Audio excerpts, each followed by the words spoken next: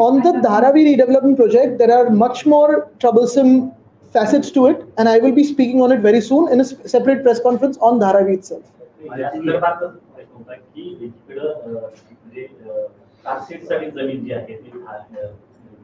मी धारावीबद्दल अजून काही धक्कादायक गोष्टी आहेत जनतेसाठी, मुंबईची लूट जशी होते ते दाखवण्यासाठी, पण त्याच्यावर एक वेगळी पत्रकार परिषद घेणार आहे. आज मी ही घेत आहे कारण आपल्याला ही जी RTI आलेली ती फार महत्वाची. आणि दुसरी गोष्ट म्हणजे ह्याच माध्यमातून हे ॲडव्हान्स मोबिलायझेशन देतात.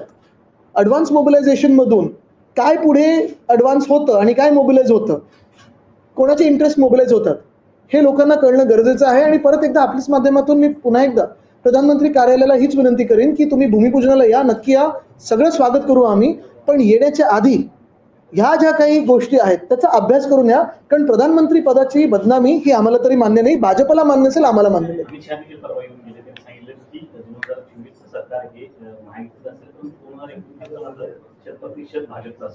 मला वाटतं मला माझ्या महाराष्ट्राबद्दल जास्ती प्रेम आहे. कोणाला सरकार बनवायचं आहे, कोणाला काय सत्ता गाजवायची आहे, कोणाला महाराष्ट्र लुटायचं आहे, सगळ्यांना माहिती आहे. मला महाराष्ट्राच्या स्वाभिमानासाठी लढायचं आहे. आणि हेच मी सांगतोय की हे जे 2-3 टेंडर्स आहेत एवढ्या घाईघाईत का देण्याची गरज आहे? कोणाला तुम्ही टेंडर देताय, कोणाला तुम्ही फेवर करताय?